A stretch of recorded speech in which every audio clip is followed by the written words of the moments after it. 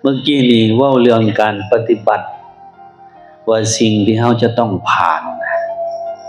ความยากพวกนี้เฮาทุกคนเลยนะบ่แม่นแต่ว่าจะต้องไปนั่งอยู่ในป่าไปนั่งอยู่ในโรงอยู่นั่งอยู่ในปราสาทเป็นจะนั่งอยู่ในเรือนเอาคือกันเวลามันเงียบๆนั่งไปนะมันต้องผ่านบางเทื่อก็ย้านเจ็บย้านเวทนาบางเทื่อก็ย้านเบิดลมหายใจมันหั้นเกิดในขณะที่เฮาปฏิบัตินี่ถ้าเฮาจักสังเกตมันจะผ่านถ้าเฮาผ่านไปได้จิตใจเฮาก็มั่นคงขึ้นตื่มตัวนี้ได้มันจะมั่นคงขึ้นตื่มความย้านกลัวมัจจุมานเกิดมัจจุมานสำคัญเด้บ่แม่นแต่อันนั้นเด้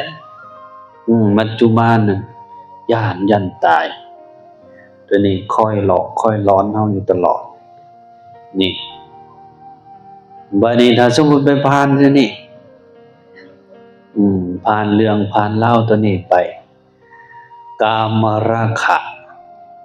แต่เป็นพระสงฆ์องค์เจ้าเฮาก็ไม่ออกนี่ไม่ออกแท้ๆเลยตัวนี้น่ะผ่านบ่ว่าไผก็ตามน่ะพอทานสมบูรณ์ก็ไปถามเพิ่นดอกไม่ออกแต่บ่ได้กล้าก็นี่ไม่ออกมามักหรือว่าก็ไปมักไม่ออกนั่นล่ะจังว่านำกันนั่นล่ะนะ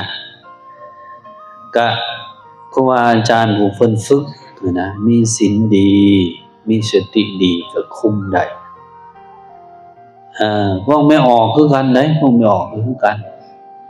กามราคะผ่านไปนี่ก็เกี่ยวกับทรัพย์สมบัติบาดนี้แต่พระสงฆ์องค์เจ้าเฮาก็เกียรติยศชื่อเสียงลาภสักการะ